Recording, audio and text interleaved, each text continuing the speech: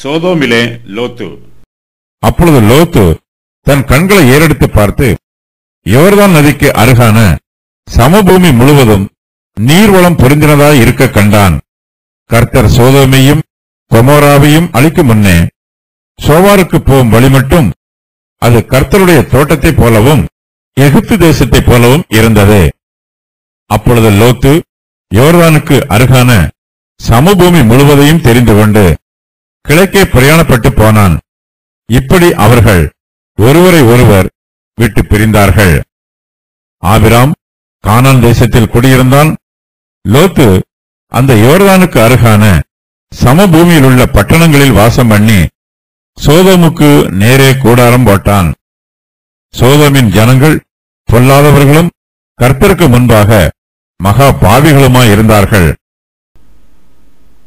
லோத்து ஆபிராமை விட்டு பிரிகிறார். ஆபிராம் லோத்தை நோக்கி, எனக்கும் உனக்கும் என் மேய்ப்பருக்கும் உன் மேய்ப்பருக்கும் வாக்குவாதம் வேண்டாம். நாம் சகோதரர். இந்த தேசமெல்லாம் உனக்கு முன் இருக்கிறது அல்லவா? நீ என்னை விட்டு பிரிந்து போகலாம். நீ இடதுபுறம் போனால் நான் வலதுபுறம் போகிறேன், நீ வலதுபுறம் போனால் நான் இடதுபுறம் போகிறேன் என்று சொன்னார். லோத்து எந்த திசையில் வேண்டுமானாலும் போகலாம். லோத்தின் தீர்மானத்தை ஆபிராம் ஏற்றுக்கொள்வார். ஆபிராமிடத்தில் சுயநலமில்லை. சுயநலமும் பொறாமையும் மனுஷரை துன்மார்க்கராக மாற்றுகிறது. லோத்து தன்னுடைய கண்களின் இச்சைக்கு முக்கியத்துவம் கொடுக்கிறார். லோத்து தன் கண்களை ஏறெடுத்து பார்த்து யோர்தான் நதிக்கு அருகான சமபூமி முழுவதும் நீர்வளம் பொருந்தினதாக இருக்க காண்கிறார். அது கர்த்தருடைய தோட்டத்தைப் போலவும் எகிப்து தேசத்தைப் போலவும் இருக்கிறது. லோத்து யோர்தானுடைய சமபூமியை நோக்கி பார்க்கிறார். சோதோம் அந்த சமபூமியில் ஸ்தாபிக்கப்பட்டிருக்கிறது. சமபூமி முழுவதும் நீர்வளம் பொருந்தினதாய் இருக்கிறது.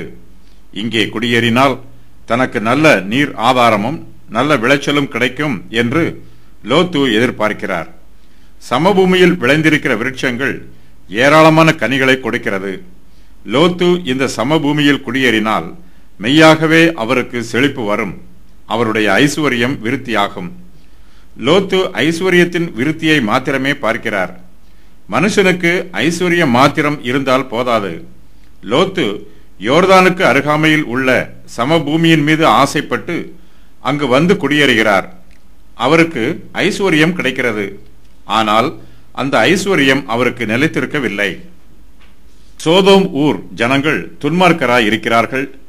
அவர்கள் லோத்திற்கு முட்களைப் போல துன்பம் கொடுக்கிறார்கள். சத்துருக்கள் சோதோம் தேசத்தின் மீது யுத்தம் பண்ண வருகிறார்கள். அவர்கள் லோத்தையும் அவருக்கு உண்டான எல்லாவற்றையும் சிறைப்பிடித்து கொண்டு போய் விடுகிறார்கள். லோத்து ஐஸ்வர்யத்தின் மீது ஆசைப்பட்டார். ஆனால் அவருடைய ஐஸ்வர்யம் எல்லாம் கொள்ளையாய் போயிற்று. யோர்தான் நதிக்கு அருகான சமபூமி நீர்வளம் பொருந்தினதாய் இருக்கிறது. லோத்து அந்த சமபூமியின் மீது ஆசைப்பட்டார். அங்குதான் சோதோம் பட்டணமும் கட்டப்பட்டிருக்கிறது. கர்த்தரோ அந்த பட்டணத்தின் மீது அக்கினியை வருஷிக்க பண்ணி அதை அழித்து போடுகிறார். நீர்வளம் மிகுந்த சமபூமி அக்கினியால் அழிக்கப்படுகிறது. லோத்தோ தன்னுடைய உயிரை காப்பாற்றிக் கொள்ள அருகாமையில் உள்ள மலைக்கு ஓடிப் போகிறார். ஐஸ்வர்யத்திற்காகவும் சந்தோஷத்திற்காகவும் லோத்து சமபூமிக்கு வந்தார். ஆனால் முடிவிலே லோத்து தன் ஜீவனை காப்பாற்றிக் கொள்ள மலைக்கு ஓடிப் போகிறார். நாம் மாம்ச பிரகாரமாக எடுக்கும் தீர்மானங்கள் பாவமான தீர்மானங்களாய் இருக்கும். மாம்ச பிரகாரமாய் சிந்திக்கிறவர்களும் உலக பிரகாரமாய் தீர்மானம் பண்ணுகிறவர்களும் அவசரப்பட்டு முடிவு பண்ணுவார்கள். சில சமயங்களில் அவர்களுடைய அவசரத்தினால் பாதிப்பு ஏற்படாது. ஆனாலும் அவசரப்பட்டு எடுக்கிற மாம்ச பிரகாரமான முடிவுகள் எப்போதுமே நன்மையாய் இருப்பதில்லை. அது தீமையில் முடியும். நம்முடைய ஆத்மாவுக்கு எது நன்மையை தருகிறதோ அதுவே நமக்கு நன்மையான தீர்மானம். நாம் எந்த காரியத்தில் தீர்மானம் பண்ணினாலும் நம்முடைய மாம்சத்தின் இச்சைகளுக்கும் ஆசைகளுக்கும் முக்கியத்துவம் கொடுக்காமல் நம்முடைய ஆத்மாவின் நன்மைக்கு முக்கியத்துவம் கொடுக்க வேண்டும். யோர்தான் நதிக்கு அருகான சமபூமி முழுவதும் நீர்வளம் பொருந்தினதாய் இருக்கிறது. கர்த்தர் சோதோமையும் கொமோராவையும் அழிக்கும் முன்னே சோவாருக்கு போம் வழி மட்டும் அது கர்த்தருடைய தோட்டத்தைப் போலவும் எகிப்து தேசத்தைப் போலவும் இருக்கிறது. லோத்து யோர்தானுக்கு அருகான சமபூமியின் மீது ஆசைப்படுகிறார். லோத்து எந்த பக்கம் வேண்டுமானாலும் போகலாம் என்று ஆபிராம் சொன்னார்.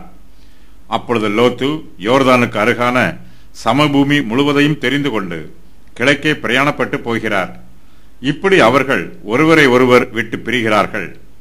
ஆபிராம் கானான் தேசத்தில் குடியிருக்கிறார். லோத்து அந்த யோர்தானுக்கு அருகான சமபூமியில் உள்ள பட்டணங்களில் வாசம் பண்ணி சோதோமுக்கு நேரே கூடாரம் போடுகிறார். சோதோமின் ஜனங்கள் பொல்லாதவர்களும் கர்த்தருக்கு முன்பாக மகா பாவிகளுமாய் இருக்கிறார்கள். யோர்தானுக்கு அருகான சமபூமி நீர்வளம் பொருந்தினதாய் இருக்கிறது. ஆனால் அங்கே வாசம் பண்ணுகிற ஜனங்களோ பொல்லாத பாவிகளாய் இருக்கிறார்கள். தேசம் நல்ல தேசமாய் இருந்தாலும் அங்கே குடியிருக்கிற ஜனங்கள் துன்மார்க்கராய் இருக்கிறார்கள். சோதோமின் ஜனங்கள் பொல்லாதவர்களும் கர்த்தருக்கு முன்பாக மகா பாவிகளுமாய் இருக்கிறார்கள். இப்படிப்பட்ட ஜனங்களோடு இருக்க வேண்டும் என்று லோத்து தெரிந்தெடுக்கிறார். அதற்கான பலனையும் லோத்து அனுபவிக்கிறார்.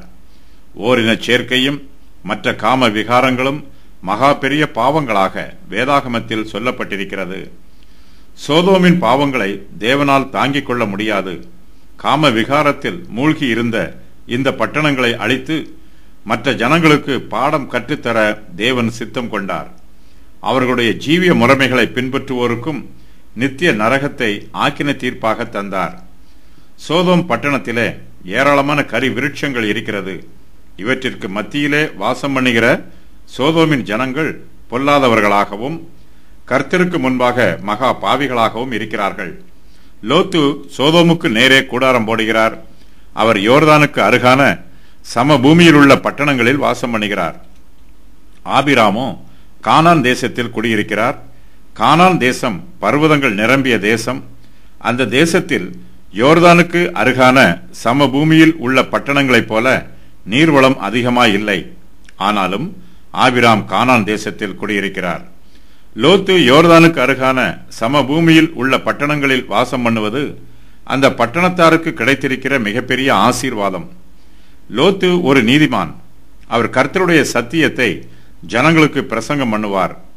லோத்து தேவனுடைய நீதியையும் நியாயத்தையும் ஜனங்களுக்கு அறிவிப்பார். சோதோமின் ஜனங்கள் லோத்தின் பிரசங்கத்தை கேட்டு தங்கள் பாவங்களுக்கு மனம் திரும்ப வாய்ப்பு கிடைக்கும். லோத்து சோதோமின் குடிகள் மத்தியிலே கர்த்தருடைய தீர்க்கதரிசியைப் போல வாசம் பண்ணுகிறார். சோதோமின் ஜனங்கள் லோத்தின் பிரசங்க வார்த்தைகளுக்கு செவி கொடுத்து தங்களுடைய பாவத்தை விட்டு விலகி பரிசுத்தமாய் ஜீவிக்க வேண்டும்.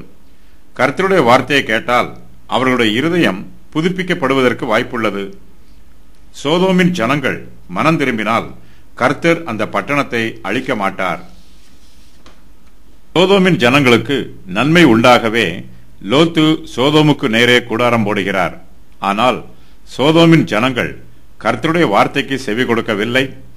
கர்த்தர் தம்முடைய நீதியான நியாய தீர்ப்பினால் சோதோம் கொமோரா ஆகிய பட்டணங்கள் மீது வானத்திலிருந்து அக்கினியை வருஷிக்க பண்ணி அந்த பட்டணங்களையும் அதிலுள்ள ஜனங்களையும் அழித்து போடுகிறார்.